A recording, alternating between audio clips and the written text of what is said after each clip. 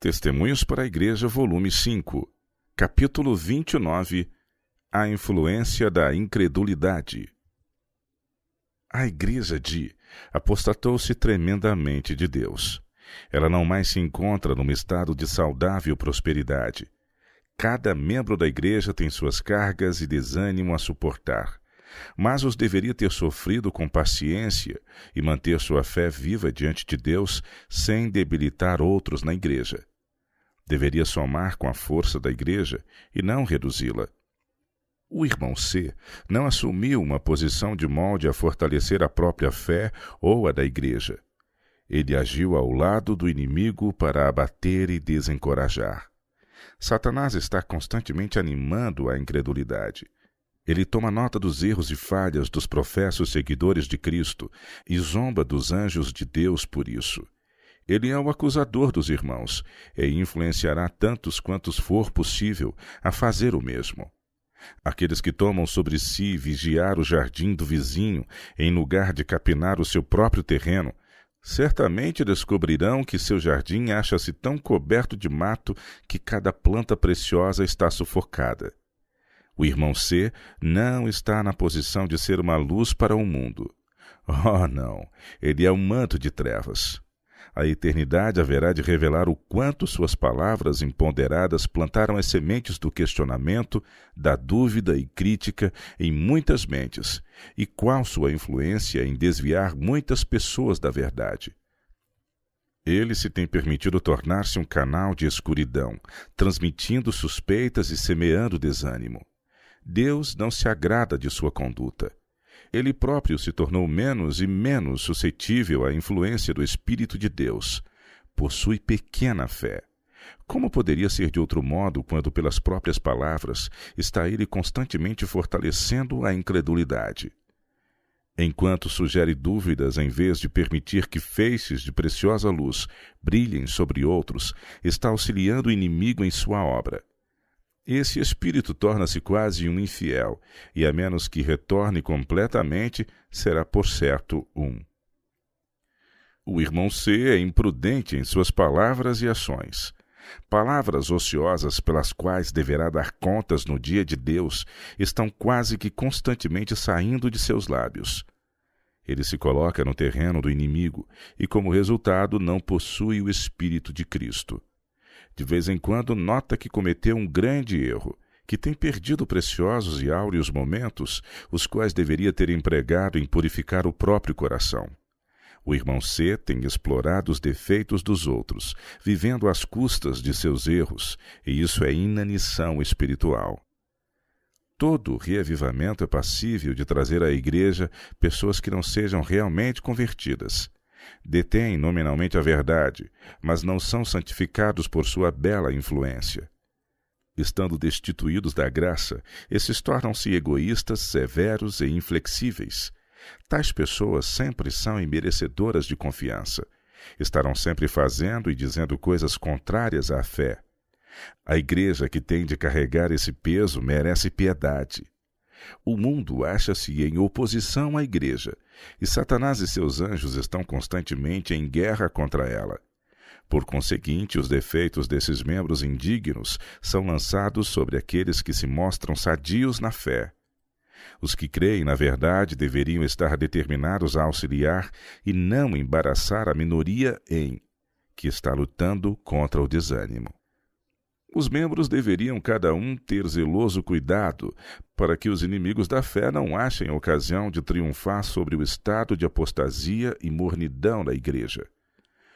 Alguns têm desperdiçado sua influência, quando, com um pouco de abnegação, determinação e zelo, poderiam ter sido uma força ao lado do bem. Esse ardor não virá sem esforço, sem lutas ardentes. Se tão somente 3 fiéis restarem na Igreja esses poderiam ser ligados a Deus, ser vivos condutos de luz, e ele lhes acrescentaria muitos salvos. Deus suscitou porta-estandartes Alguns morreram, uns se mudaram e outros se tornaram espiritualmente mortos. Seus serviços são prestados a Satanás. Eles não imaginam que em breve virá o tempo em que sua conta nos registros celestiais será fechada, quando a obra de cada pessoa será vista de que espécie é. Lembre-se de que cada um deve ser julgado de acordo com sua obra. Quando, no grande dia final do ajuste de contas, o registro de sua vida for aberto diante de você, meu duvidoso, questionador e acusador irmão, que mostrará a ele? As vossas palavras foram agressivas para mim, diz o Senhor, mas vós dizeis, que temos falado contra ti? Vós dizeis, inútil é servir a Deus, que nos aproveitou termos cuidado em guardar os seus preceitos e em andar de luto diante do Senhor dos Exércitos. Malaquias 3, versos 13 e 14. Essa tem sido a linguagem do seu coração, e da abundância no coração, disso fala a boca. Mateus capítulo 12, verso 34. Pelas suas palavras você será justificado ou condenado. Acusar os irmãos é o trabalho de Satanás desde a sua queda. Você tem desencorajado a igreja que já possuía pouca coragem.